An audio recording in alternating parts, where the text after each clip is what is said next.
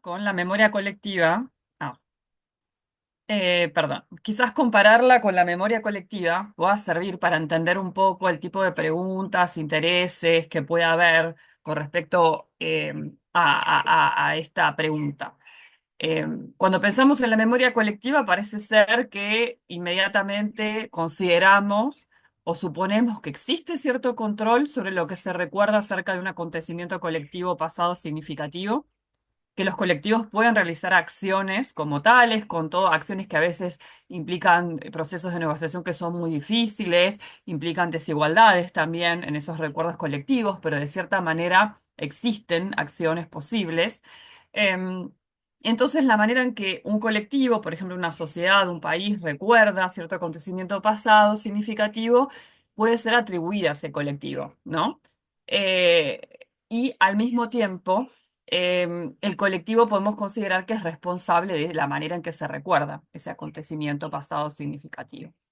Y en la literatura sobre memoria colectiva es muy común hablar del deber de recordar o de los trabajos de la memoria, como la Ricoeur, y esto implica que existe cierta responsabilidad de vuelta, con todas las limitaciones que algunos colectivos tienen para ser escuchados, en general son silenciados y se producen injusticias también memoriales. Pero eso no implica que el colectivo como tal, por ejemplo, un estado, un país, tenga cierta responsabilidad sobre cómo se recuerda cierto evento pasado que es significativo para el colectivo. Y básicamente el interés de recordar de manera fehaciente y de dar lugar a estas eh, versiones más bien silenciadas o de grupos que tienen menos poder es tratar de prevenir injusticias en el presente, ¿no? Justicias en relación con quizás injusticias realizadas en el pasado, y también con una perspectiva más a futuro, como es propio de la memoria en general, de tratar de prevenir que este tipo de acciones que generan injusticias tengan lugar otra vez. Entonces, si comparamos un poco la importancia de la memoria colectiva y cómo se atribuye cierto proceso, cierta agencia, cierto control, cierta responsabilidad y mayormente en relación con las injusticias, puede surgir la misma pregunta en relación con la memoria individual. Eh, Básicamente, preguntarse por la agencia anémica es de vuelta a preguntarse por el control sobre nuestra memoria, y eso implica tratar de saber si podemos controlar la memoria. Es una pregunta sobre la capacidad de la memoria. De vuelta vemos que existe una responsabilidad por malos recuerdos y olvido, que también es una pregunta, ¿no? ¿Podemos ser responsables por los olvidos que tenemos o los recuerdos que son sesgados, parciales, distorsionados o falsos? Y quizás también exista algo así como agravios o injusticias que están relacionadas con los malos recuerdos y el olvido. Son todas preguntas. Pensemos en este ejemplo en relación con la última pregunta para ver que también recuerdos sesgados, falsos y olvidos pueden producir agravios que llevan injusticias. Bueno, este es el ejemplo clásico porque probablemente están familiarizados. Hay un artículo empírico reciente muy interesante, creo que es del año pasado, en donde hablan justamente cómo investigadores recuerdan en general, tienen un acceso más rápido a nombres masculinos cuando tienen que recordar colegas que trabajan sobre cierto tema, sin que ello implique que no tengan acceso en sí a nombres femeninos, simplemente que cuando tienen que recordar de manera voluntaria, recuerdan en general nombres masculinos. Cuando se le hace un test de reconocimiento, reconocen también los nombres femeninos. Entonces, ahí es un problema justamente de accesibilidad y no de que se encuentre disponible. Y bueno, esto es muy clásico, ¿no? Este sería el ejemplo de ese artículo, si se quiere, ¿no? Cuando pensamos cuáles son esos buenos trabajos, quién está trabajando sobre neurología de la memoria, y los nombres que vienen en principio son nombres masculinos. ¿Qué implica esto, por ejemplo, para Sara D., que en realidad nunca es leída o citada? Bueno, implica justamente una falta de reconocimiento que puede conducir a un daño práctico como una falta de promoción, puede generar también daños afectivos, psicológicos y también epistémicos, como por ejemplo estrés, depresión o una percepción errónea de sus propias habilidades.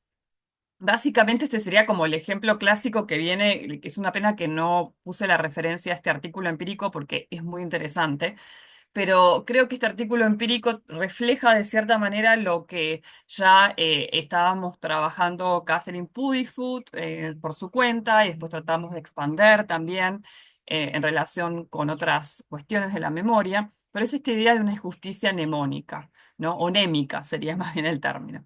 Que es una injusticia que ocurre cuando el funcionamiento de los mecanismos de memoria de una persona le impide adquirir conocimiento, porque el conocimiento que adquiere o la información que adquiere, porque no llega a ser conocimiento, es sesgada o es falsa, y al mismo tiempo, y esto es lo importante, y donde se produce la injusticia, causa daños epistémicos, psicológicos, afectivos y o prácticos a esas otras personas que son recordadas de manera sesgada y cuyo, digamos, no necesariamente tienen que ser recordadas de manera sesgada. Este es el caso más típico.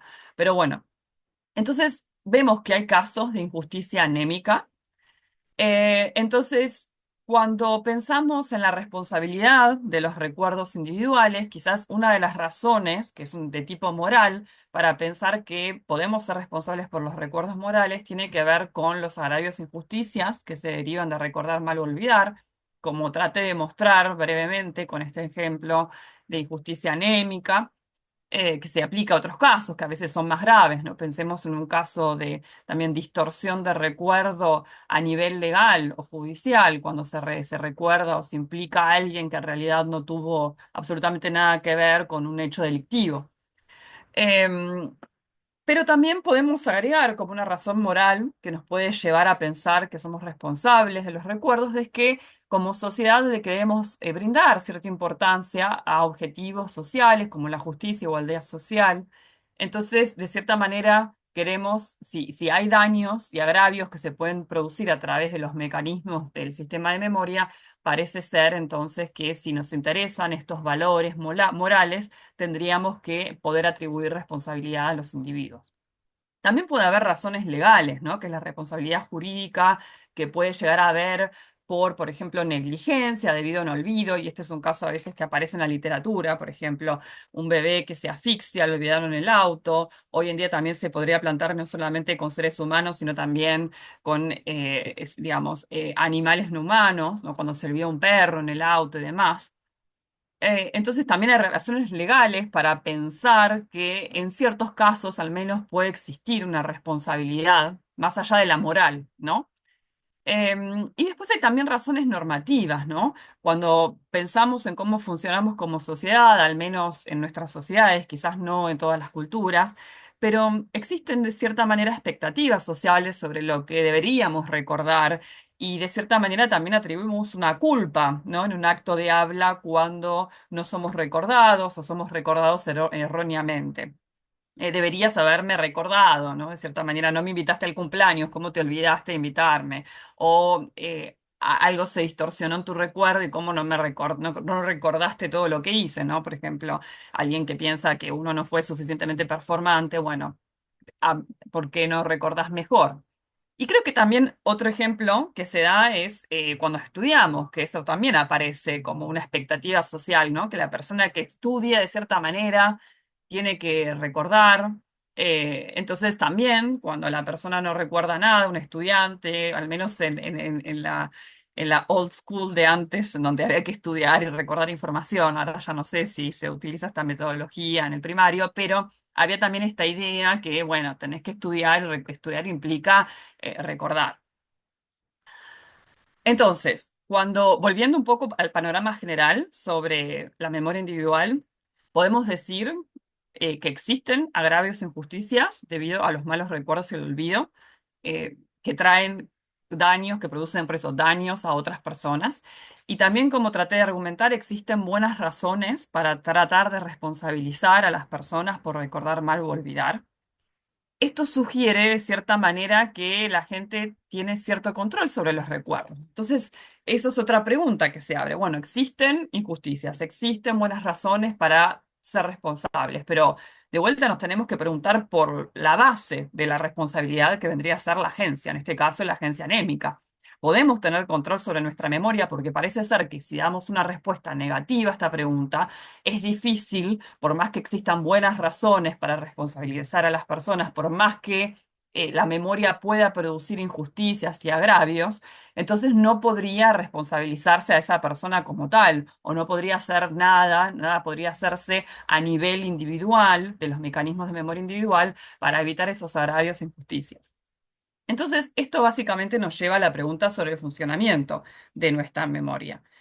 Bueno, estas son cosas quizás bastante básicas para ustedes, pero sabe que, digamos, de manera general y por más que se cuestione el tema de la consolidación y demás, un recuerdo pasa por distintas etapas: codificación, consolidación, eh, eh, esperen, tengo que leerlo en español porque me olvidé.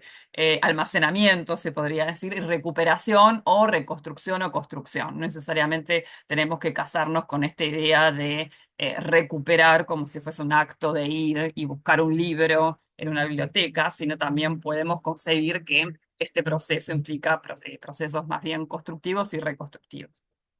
También sabemos que existen procesos de reconsolidación en donde la información que ya de cierta manera está almacenada va a ir cambiando a medida que sea activada de manera consciente o inconsciente, ¿no? Cuando consciente, cuando se la recupera explícitamente o se la reconstruye explícitamente; inconsciente, cuando quizás es activada por otro tipo de información que estamos codificando, otros estímulos en el ambiente, y por más que no la recuperemos, también va a cambiar. Y esta es esta idea de que los recuerdos son lables, que van a estar siempre, se van a ir modificando con la nueva información que vamos adquiriendo, y que no existe algo así como, ya esto probablemente es algo, eso es como algo que ya se sabe, que no existe una huella anémica que permanece para ser simplemente recuperada.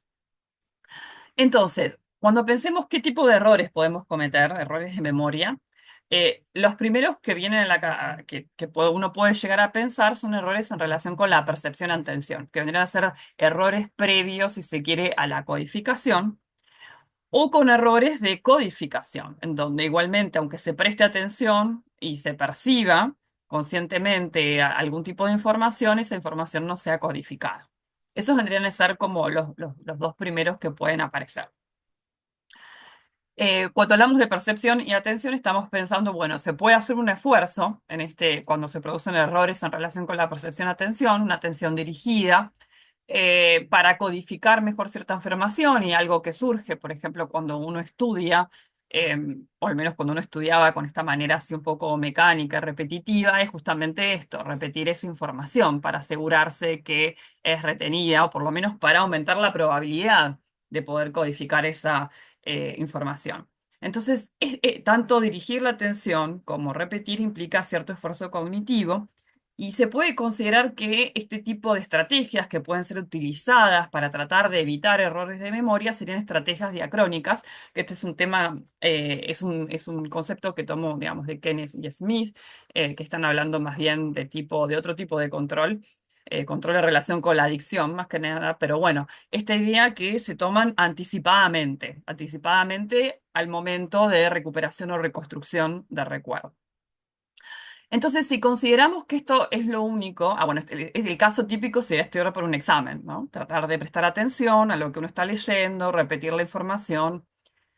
Si consideramos que este es lo único que se puede controlar en todos los procesos que involucra la memoria, podemos entonces formular algo así como una hipótesis de la memoria fuera de nuestro control. O sea, en realidad, por fuera de estos procesos de codificación, no tendríamos ningún otro control sobre los procesos de memoria, y de cierta manera podemos considerarnos que no somos agentes cuando recordamos, ni siquiera en ese sentido mínimo de atribuir el recuerdo como algo que podemos hacer nosotros. O sea, el recuerdo vendría a ser algo que aparece, pero por lo cual que no podemos controlar. Y esto llevaría a la idea que no somos moralmente responsables en general por no recordar o recordar de manera distorsionada, ¿no? Por más que hagamos esfuerzo, prestemos atención, tratemos de repetir la información. Esto sucede, por ejemplo, en el estudiante que trató de estudiar y aprender, pero después, si no se codificó adecuadamente, hubo problemas en la consolidación y demás, y no recuerda esa información, en principio podremos pensar, no es responsable por no recordar esa información. Trató, puso su mejor buena voluntad en los procesos previos, pero luego no fue exitoso a la hora de recordar. Pero vayamos un poquito más allá, ¿no? ¿Qué es lo que supone esta hipótesis? Bueno, como veíamos, estos procesos de codificación, consolidación, reconsolidación, está mal en realidad esto, pero no, está bien, perdón. eh, Parece ser que en realidad consolidación, reconsolidación, ¿no?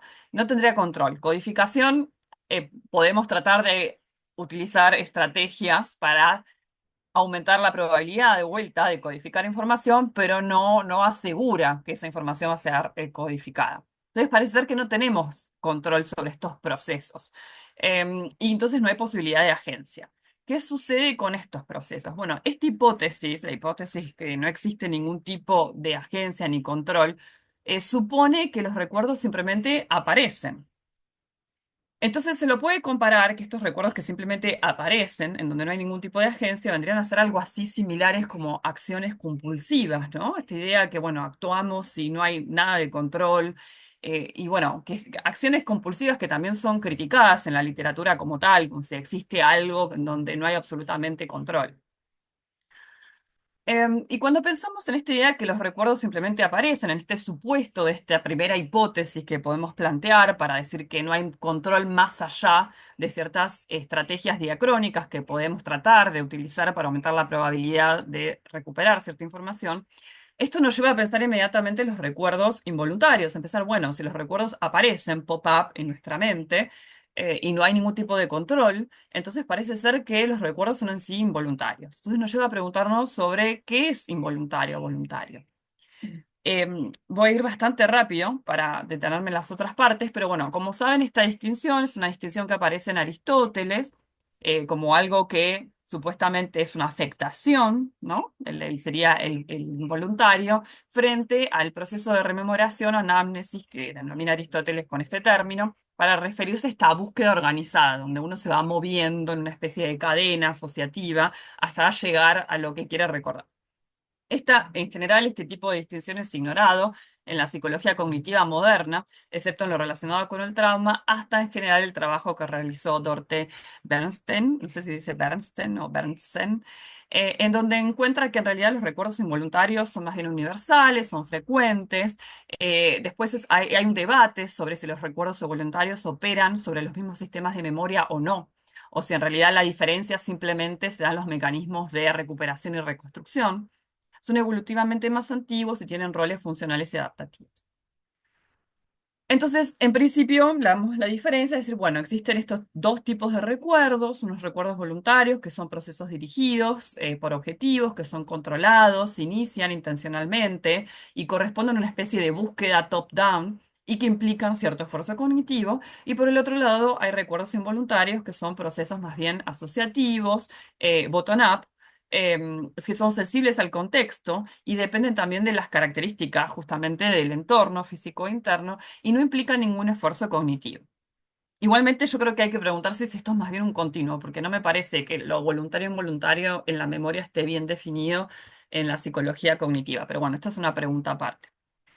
Entonces podríamos llegar a una nueva hipótesis, en donde vamos un poco más allá de esta primera posibilidad de concebir el control en la memoria y la agencia anémica, decir, bueno, hipótesis de la voluntariedad de la memoria. Es decir, en realidad existen dos tipos de recuerdos, voluntarios e involuntarios, que están basados en la distinción entre acción voluntaria e involuntaria. Creo que hay mucha similitud a veces y que no sé hasta qué punto es apropiado.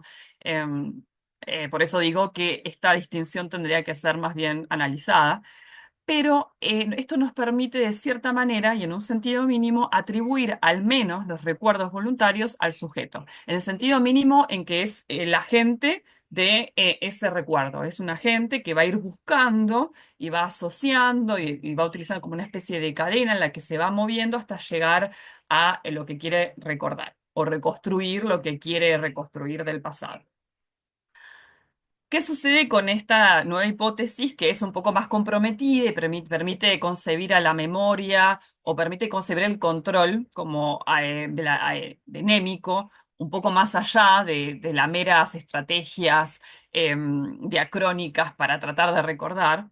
Em, pero bueno, ¿qué sucede? Bueno, puede ser cuestionada. En principio sí, los recuerdos voluntarios va a haber más control, ¿no? Pero también en los recuerdos involuntarios puede haber ciertos mecanismos metacognitivos.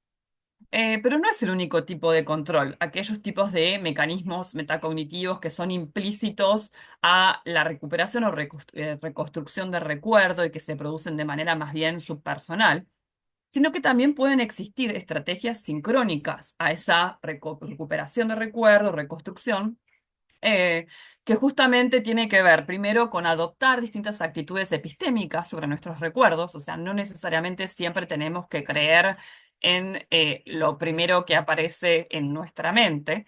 Podemos dudar, podemos no creer, podemos suspender el juicio en ciertos casos, ¿no? Y es toda la literatura justamente en los recuerdos no creídos van en esta dirección, a mostrar que se pueden tener recuerdos en los que uno verdaderamente tiene una actitud epistémica que no corresponde con el recuerdo, no necesariamente tiene que hacer como el endorsement de ese recuerdo. Y por el otro lado, también podemos ir más allá y realizar, digamos, distintos tipos de control y monitoreo que son más bien explícitos, sea de manera intrapsíquica, ¿no? Procesos internos que son conscientes, en donde vamos monitoreando si esta información es verídica, si no estamos olvidando algo, si quizás eh, se conecta con otra cosa que sabemos. O simplemente también, y con esta noción de memoria más extendida, pensar que también podemos realizar más bien acciones prácticas y verificar esa información a través de distintos mecanismos, ¿no? Y esto justamente se podría considerar que son estrategias más bien con andamiaje externo, en donde vamos claramente, son procesos de vuelta voluntarios, intencionales, en donde, por ejemplo, no sé, preguntamos a otras personas, buscamos información y demás, para tratar de saber si nuestro recuerdo es representativo del pasado o no. Entonces, esto nos lleva a reformular esta hipótesis y asignarle una mayor posibilidad de control a la memoria. En este caso, entonces, no importa si el recuerdo se considera voluntario o involuntario, o sea, no importa la manera en que ese recuerdo se recupera o se reconstruye a nivel de procesos subpersonales, si se quiere, sino que lo que importa es que en ambos casos se puede ejercer un control en el proceso de recordar a través de estos procesos metacognitivos que son posteriores, si se quiere, pero que son parte del remembering, de recordar, ¿no? Recordar simplemente de vuelta, no es algo que se activa y eso, sino que también hay procesos que van monitoreando, que son explícitos y monitorean esa información, que son voluntarios, intencionales, y de cierta manera entonces podemos considerar que esos recuerdos pueden sernos atribuidos. Cuando hablo de este término me refiero tanto en un sentido mínimo, porque tenemos agencia, ¿no? Eso es algo que hacemos o que podemos hacer. Después, bueno, si debemos hacerlo es otra pregunta, pero también en un sentido más fuerte de la atribución, que tiene que ver con esta idea que en realidad, de cierta manera, de manera muy general, ¿no? Refleja nuestros valores y nuestro carácter. Aquella persona que, por ejemplo, nunca trata de saber, que no pone nunca en duda sus recuerdos, parece ser que muestra cierto, que refleja algo de su carácter, ¿no? Que quizás tiene una creencia errónea sobre la capacidad de su memoria, pero quizás también tiene una confianza exacerbada sobre sí mismo. O, por ejemplo, que nunca pone en cuestión algo cuando otra persona le está diciendo, u otras personas, que es de manera distinta, también parece que dice algo, ¿no? De esos valores y carácter. Em, entonces, para ir concluyendo, de manera general, cuando hablamos de este control más bien fuerte, si se quiere, es una hipótesis fuerte de la agencia anémica, tomo de esta idea de Sen, que tiene un artículo muy lindo sobre sesgos implícitos y trata de entender también la responsabilidad que tenemos sobre sesgos implícitos, y me parece importante esta idea, que son esfuerzos razonables, ¿no? Para monitorear y controlar recuerdos potencialmente dañinos. No implica que cada vez que tenemos que recordar algo tengamos que explícitamente, intencionalmente, tratar de saber si la información es correcta o no. En algunos casos puede ser muy poco adaptativo justamente tener este tipo de actitud epistémica. Justamente por eso también quizás existan recuerdos involuntarios, ¿no? Por esta idea que a veces hay que actuar de manera rápida y no poner en cuestión lo que uno está pensando. Y otras veces hay que tener confianza en lo que uno está recordando porque quizás, por ejemplo, en el caso muchas veces que pasa con las mujeres que sufren de abuso sexual, que no son creídas. Entonces ahí pensar que la persona tiene que monitorear y poner en duda cuando siente que verdaderamente así sucedió, parece también contraadaptativo y perjudicial. Pero bueno, en otros casos, en ciertas situaciones, por eso hay que realizar ciertos esfuerzos de vuelta razonables, que son también, si quieren, dependientes del contexto, que eso quizás lo tendría que haber agregado.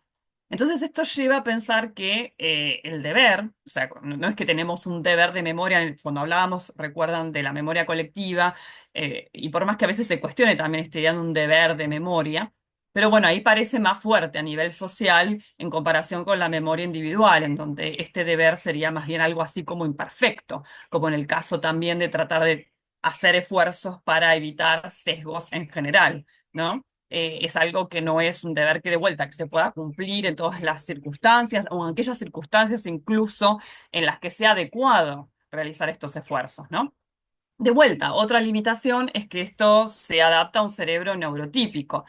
Cuando pensamos justamente, quizás era el tema un poco de este simposio, es pensar justamente otro tipo de desórdenes mentales, entonces cuando hay disfunciones a nivel cerebral que van a afectar los sistemas de memoria, bueno, hay casos así extremos como amnesia, o demencia o Alzheimer. Entonces parece ser que no hay una agencia anémica o que la agencia anémica, si existe, está muy disminuida y que no se le puede atribuir responsabilidad.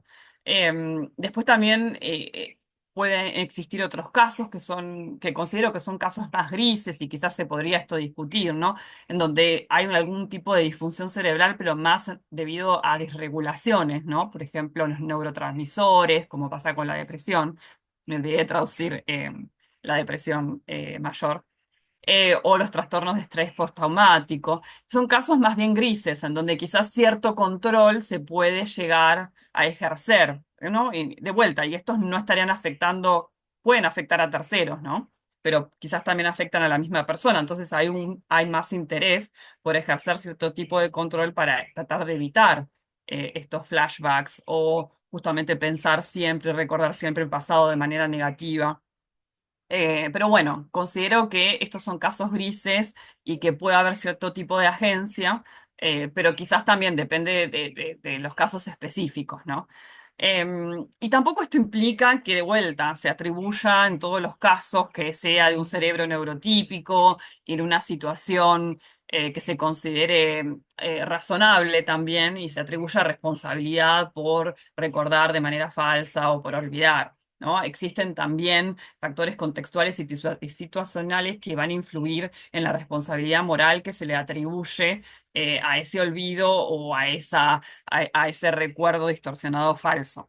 Y justamente este artículo empírico, este estudio empírico de Murray y hoy y otros autores consideran que la gente, se le preguntaba a las personas distintas preguntas para saber qué es lo que pensaban y justamente consideraban que en muchos casos el nivel de estrés justifica también el hecho de que algo se olvide o, bueno, sea recordado de manera em, eh, distorsionada, ¿no? Por ejemplo, no sé, el padre que olvida al hijo cuando estaba sufriendo mucho estrés, quizás no lo desresponsabiliza, pero bueno, baja la responsabilidad moral, independientemente de la responsabilidad jurídica que pueda llegar a tener, que eso es otra pregunta. Así que bueno, esto es todo lo que tengo para presentarles. Muchas gracias por escucharme. Muchas gracias, Marina, súper interesante. Entonces abrimos la sesión de preguntas. Pueden alzar la mano virtual. A ver si tienen alguna pregunta. Espérate, voy a aplaudir yo también. ¿Hay alguna pregunta? A ver, Marcela. Sí, muchas gracias, Marina. Me dejaste pensando muchas cosas. Voy a tratar de formular como más bien algunas dudas que me surgen de esto que estás presentando en el sentido de que si, si partiéramos más bien como de esta premisa de que la memoria es reconstructiva y no meramente una recuperación lineal, ¿no? Es decir, eh, vaya, creo que la premisa de la que partes pues es muy importante como para tratar de entender este marco que nos has presentado, porque justo yo me quedé pensando en que si nos posicionamos en una perspectiva reconstructiva, como que a mí como que no me hace mucho sentido oponer un recuerdo producido voluntariamente a otro que emerge de manera más automática, ¿no? Porque en ambos casos lo que está apareciendo pues es el resultado de la conjunción de muchos procesos dinámicos. Entonces, como pensando en eso, la pregunta sería un poco como si no consideras que esta distinción de voluntario, involuntario, más bien es un efecto subjetivo y no se trata de una diferencia ontológica de los propios mecanismos de la memoria.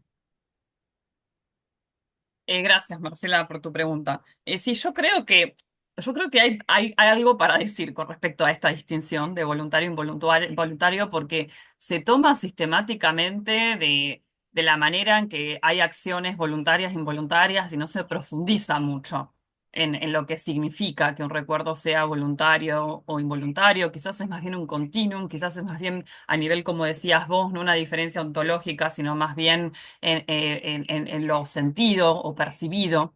Eh, yo creo que sí, básicamente, como que hay dos preguntas, me da la sensación que hiciste. Con respecto a esa, no tengo una respuesta para darte de lo que yo pienso en este momento sobre esa distinción. Sí siento que es una distinción que no está trabajada, más bien a nivel conceptual y que necesita ser trabajada, porque de vuelta, el ejemplo, si partimos de esta idea que en su momento lo involuntario era como lo traumático, el ejemplo paradigmático vendría a ser eso, como el flashback, ¿no? Algo que aparece así de golpe y que la persona no tiene control y demás, pero ahora se extiende para decir, bueno, recuerdos involuntarios en general, la mitad del día estamos teniendo recuerdos involuntarios. Entonces parece ser que es una categoría mucho más amplia, ya no tan específica de, el trauma, ¿no? Y que abarca directamente estímulos que aparecen y uno recuerda sin esfuerzo y que el otro implica cierto esfuerzo. Entonces, me parece que también no está clara la distinción. Después hay toda una discusión si los recuerdos traumáticos se producen por algunos mecanismos que son distintos de otros recuerdos en involuntarios o no. Y también el debate más allá del trauma, simplemente a partir de esta distinción, si los son mecanismos, sistemas de memoria distintos o no. Creo que existe un cierto consenso, que en realidad se trata más bien de mecanismos a través de los cuales se reconstruye ese recuerdo y no tanto como sistemas distintos de almacenamiento, demás.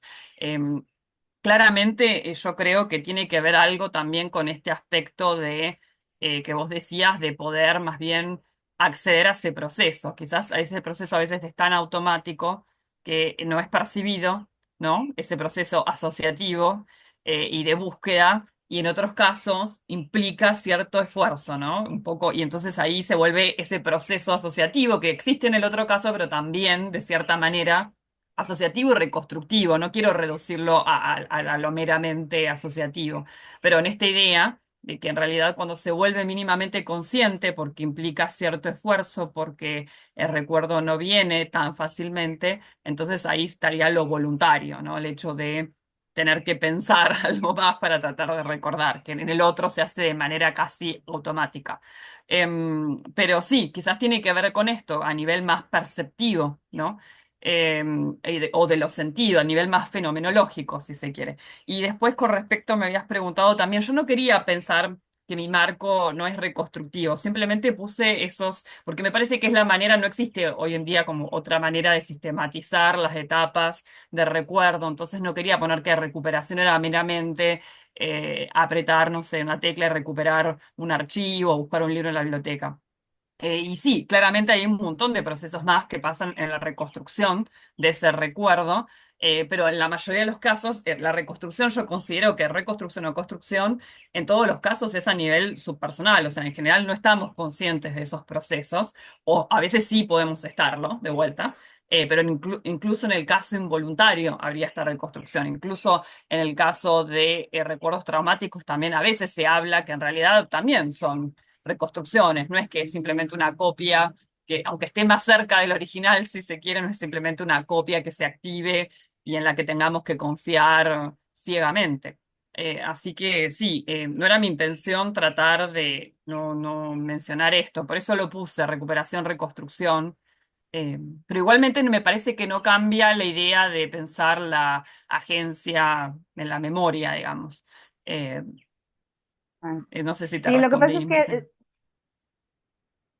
sí, o sea, ya, vaya, claro, son cosas que podríamos discutir un montón, ¿no? O sea, no tienen respuestas fáciles, ¿no? Porque precisamente es pelearte con un montón de paradigmas, de cosas que están bien arraigadas, ¿no? En la forma en la que entendemos y estudiamos la memoria.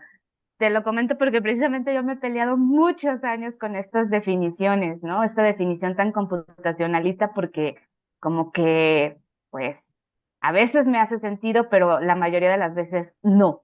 Entonces me peleo mucho con ese tipo de formas de entender la memoria y creo que, bueno, te comparto un poquito quizá algunas de las cosas que yo he reflexionado al respecto es porque creo que también parte de esta dicotomía de lo voluntario e involuntario, entre muchas otras que se establecen desde esta premisa computacionalista, pues presupone a un sujeto interno que controla, ¿no? O que olvida sus recuerdos. Y creo que también ahí el verlo desde esta perspectiva meramente individualista también pues nos compromete a usar ciertos conceptos y pues defender ciertas ideas.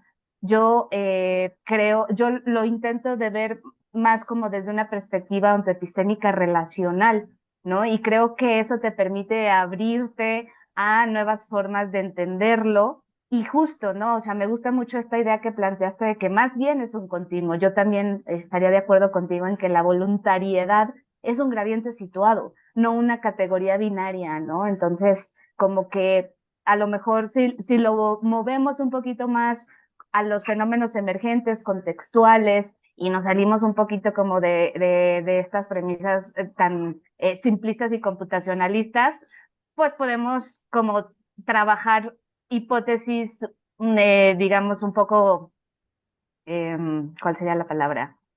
Bueno, no sé, otro tipo de hipótesis, ¿no? Otro tipo de hipótesis que a mí me gusta mucho esta idea que tú planteas de la agencia anémica. Es como que algo que yo también había estado pensando, pero definitivamente yo lo estaba viendo desde una cuestión distribuida, ¿no? Yo no creo que la agencia anémica sea algo que le pertenece a un sujeto de manera individual, sino creo que es algo más bien que emerge entre la interacción de ese sujeto con ciertos estados relacionales, afectivos, atencionales, pero en los entornos también culturales en los que se está llevando ese acto de recuerdo, ¿no? Entonces, bueno, eh, nada más Sí, como igual por yo no niego compartirte eso, un pero a mí me poquito. parece que igual evitar ver la parte individual también y reducir que siempre es todo relacional y evitar que también, o sea, eso cuando vos partís de lo individual podés ver lo individual, lo relacional, lo social. En cambio, si lo eliminás, ni siquiera estamos tratando de entender si tenemos alguna capacidad, digamos, porque vos podés decir, bueno, simplemente y no, como en esta la primera opción, decir, bueno, no. No se puede controlar nada, entonces, bueno, por más que sea relacional o no, digamos, no se controla y es así. Entonces, me parece que es Sí, interesante siempre también como plantear todos esos niveles de análisis. Después, claramente, no reducirlos, digamos, pero bueno, si al menos sí, se parte de la idea de que hay cierta agencia anémica a nivel individual, sí, después se pueden entender como ciertos contextos, digamos, culturales, sociales y demás hacen que se responsabilice más o no, que haya ciertos factores que influyan o no, pero eso no quita para mí responsabilidad y esto también es importante para estos casos puntuales en donde, bueno, no sé, personas pueden olvidar y producir un daño físico a otra persona, como ha sucedido con el caso de los bebés o, bueno, o demás, ¿no? De olvidos que traen un daño a otra persona físico, ya ni siquiera algo mental o demás, sino algo bien explícito, como la muerte o no, algo así. Em, entonces, no sé, yo creo que igualmente es una buena pregunta y que sí hay que hacerla, hay que complementarla con otros niveles. Eso sí, que a veces hay cierta tendencia a un reduccionismo y quedarse simplemente hablando de lo individual y eso sí es una limitación y puede ser un error, pero que igualmente no hay que dejar de lado por completo lo individual. Eh, Disculpa, Marina, ¿te puedo vale, pedir de gracias. quitar la presentación, cosa que podemos ver todavía está para el ahí. resto? Ay, no me di Sí, cuenta, porque yo no la veo por eso. no, mi culpa que ¿Estás no te lo dije segura? antes. Sí, ahora Todavía la tengo. sí. Perdona, a ver. Es que yo por eso no la veo más y salí a ver. ¿Estás segura? Yo no la veo, no la... Sí, Ah, Sí, acá, sí, ahí sí, está, ya la está, seguimos ya, viendo. Ya, ahí perfecto, ya, ya, está. genial, ya. Sí. genial. Listo. Bueno, No, yo no la veía. tenemos todavía otras dos preguntas y tenemos 5 minutos, así que mantenémonos cortos. Elena. Muchas gracias por la presentación, Marina. Concuerdo con lo que ha dicho Marcela, que es muy iluminadora, sobre todo porque creo que se mueve en un límite entre los estudios más clásicos de memoria y temas muy relacionados con pues, responsabilidad que no se están tocando tanto. Y yo simplemente tengo una pregunta por curiosidad, porque al hablar de esta injusticia anémica, creo que se puede dar tanto de manera negativa como de manera positiva, como injusticia por recordar algo e injusticia por olvidar algo. Y creo que has planteado casos de ambas versiones. Has planteado injusticia por olvidar, pues, por ejemplo, esto que tenía un bebé en el coche, lo que sea, eh, o injusticia por recordar, por ejemplo, en este estudio de que cuando te preguntan investigadores de tu área, siempre se te vienen a la cabeza investigadores que son hombres. Pero creo que incluso en este caso, en el que la injusticia se da por recordar algo, se da precisamente porque al recordar eso se olvidan otra información, como pueden ser los nombres femeninos, ¿no? Entonces, me preguntaba si crees que hay casos donde la injusticia se dé genuinamente de manera positiva, donde haya casos donde la injusticia se da precisamente por recordar algo al margen de lo que se esté olvidando. Si hay momentos en los que sería más justo no recordar.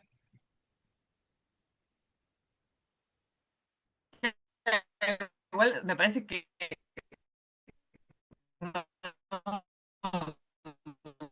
perdón, Elena, justo no recordar el nombre de los, por ejemplo, investigadores masculinos, una cosa así, Sí, como algo no sería así. más justo recordar el nombre de estos investigadores masculinos simplemente porque sean masculinos, sino recordar en general. Sí, sí, lo que pasa que el tema es que sí, quizás es más justo, pero esas personas no reciben ningún tipo de daño y demás, y acá creo que a veces el interés está en esto de plantear que hay una injusticia por el hecho de que hay cierto daño que es real, ¿no?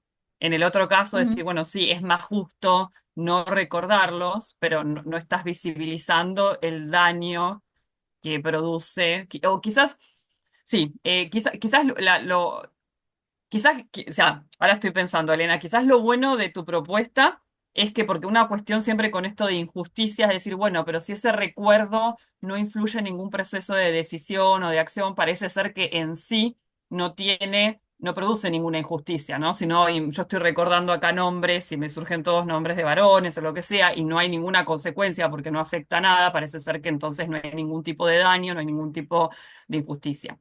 En cambio, en el término en que vos lo planteas, parece ser que o sea, el acto justo es no recordar ciertas personas y que en sí mismo, en el recuerdo mismo, parece ser que entra esta cuestión de justicia e injusticia, ¿no? Por más que haya algo algún tipo de decisión o algún tipo de acción en la que recuerdo constituya una fuente, ¿no? Independientemente de eso, parece ser, bueno, si es más justo no recordar esas personas o esos eventos. Y, entonces sí, me parece que puede ser una distinción interesante como para tener otra perspectiva, pero sin que quizás se olvide esa parte que puede causar también daños, porque es en este tema de simplemente basarlo en el recuerdo, parece ser que queda de lado el daño que puede causar recordar de manera que no es fehaciente. Pero sí, es interesante esa propuesta, Elena.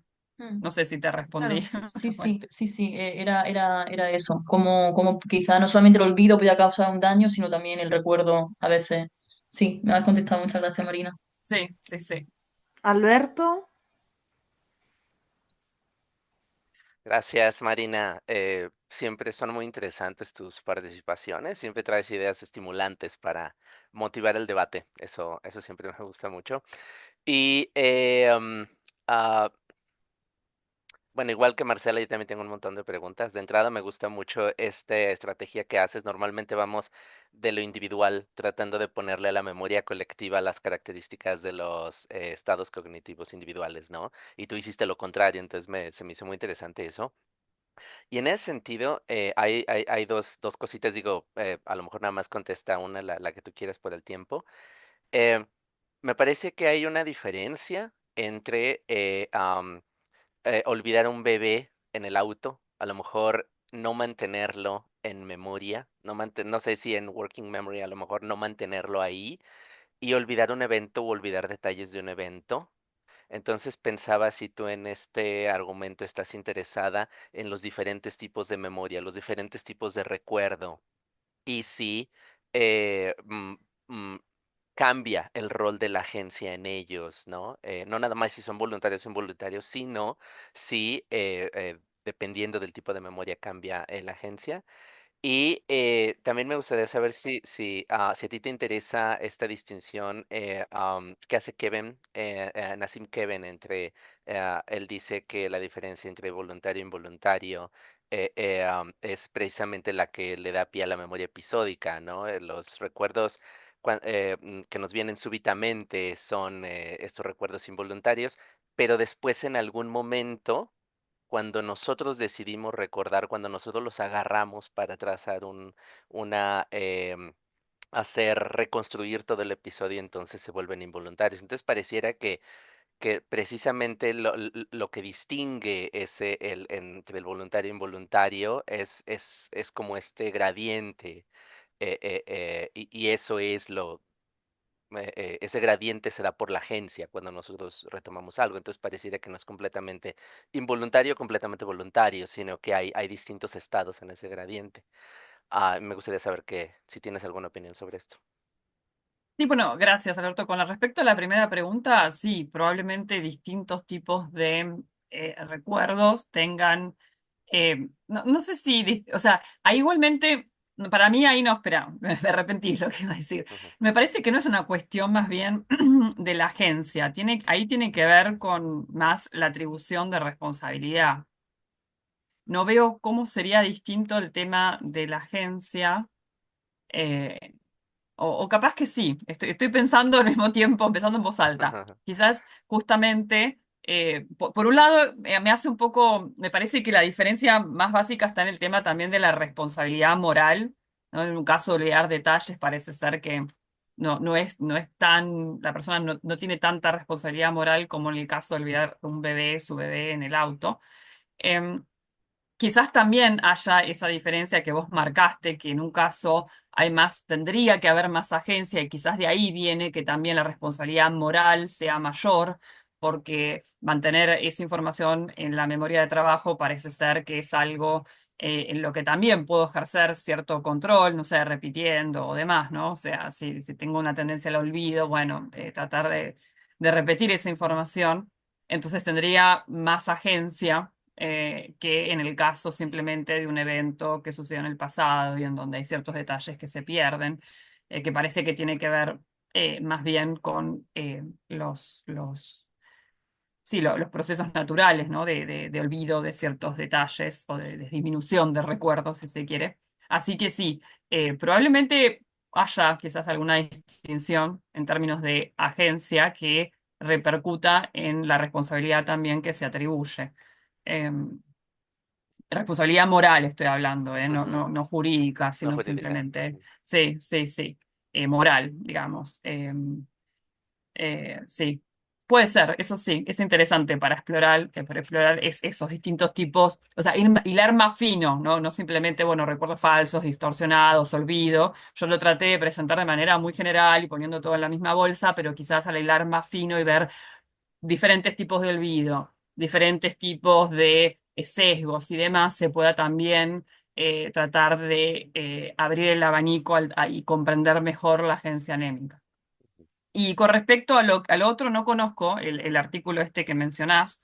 Igual lo que no entendí es que él atribuye que todos los recuerdos episódicos son involuntarios a la base, pero al No, mismo tiempo hay un él, continuo. No, eso no lo ujú. entendí muy bien. No, él trata de hacer esta distinción entre voluntarios e involuntarios. para diferenciar cuáles recuerdos pertenecen a lo episódico. Entonces, él dice, bueno, hay ciertos recuerdos súbitos, ciertos recuerdos involuntarios, es como que nada más vienen, ¿no? O sea, voy pasando enfrente de mi escuela y me vienen recuerdos, entonces no tendría tanto control sobre ellos, pero los recuerdos del recuerdo episódico pareciera que son recuerdos que no son meramente involuntarios, sino que ya tenemos esta reconstrucción del evento, ¿no? Entonces, esta distinción es importante. Bueno, él dice, por ejemplo, los animales no humanos podrían también tener estos recuerdos, súbitos, ¿no? Recuerdos de eventos, pero, y quizás por eso no atribuimos algún tipo de agencia, o bueno, de responsabilidad sobre esos recuerdos. A lo mejor podemos decir, no, no se debe de tener ningún tipo de responsabilidad, pero en nosotros sí hay una parte ya de reconstrucción. Entonces, sí hay una voluntariedad, sí hay una voluntariedad, ¿se dice? No, sí, Mm, sí hay una parte sí. voluntaria ahí, ¿no? Entonces, pues ya empieza a haber una agencia, a distinción de los involuntarios. No, igual yo quería mostrar que no importa de dónde viene y de vuelta. Yo pongo en cuestión, digamos, para mí reconstrucción de vuelta en recuerdos involuntarios hay procesos. Lo que pasa es que uno no tiene acceso.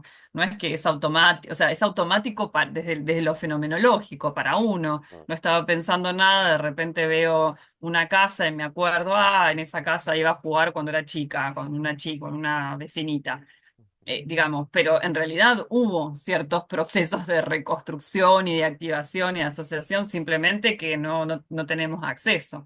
Yo creo que no hay que meterlo de reconstrucción, construcción en esta distinción. No sé si es lo que hace, pero yo personalmente no lo involucraría en esta distinción, porque no tiene que ver que uno es reconstructivo y el otro no. O sea, son procesos que ambos requieren de reconstrucción y demás. A nivel subpersonal, el tema que tiene que ver cómo se presentan, creo yo, por lo menos así, un poco de manera más bien automática, o y cómo se presentan y el esfuerzo cognitivo que implican, ¿no? En otro caso habría un esfuerzo cognitivo mayor, entonces hay un proceso de reconstrucción explícito, si se quiere, y en el otro mm. quizás no. Eh, pero Muy bien. bueno, y quizás algunos son más automáticos que otros, ¿no? O sea, por ejemplo, cuando ni siquiera pienso en la casa, simplemente siento un afecto, me siento bien, ¿no? Voy pasando por la casa y siento así, ay, tengo como un recuerdo afectivo completamente placentero con respecto a esa casa, porque, no sé, me divertía con esta vecinita. Entonces, ahí también habría algo que parece más automático, pero bueno, implicó para mí una red, una expansión a nivel cerebral que la que no tenemos acceso simplemente. No sé si te respondí, Alberto, pero yo lo vería más por ese lado. Eh, Sí, gracias, Marina. Sí. Bueno, muchas gracias de nuevo, Marina, por esta súper interesante presentación y este lindo debate. Aplauso de nuevo. Gracias por sus preguntas, sí, muy Muchísimas interesante. gracias.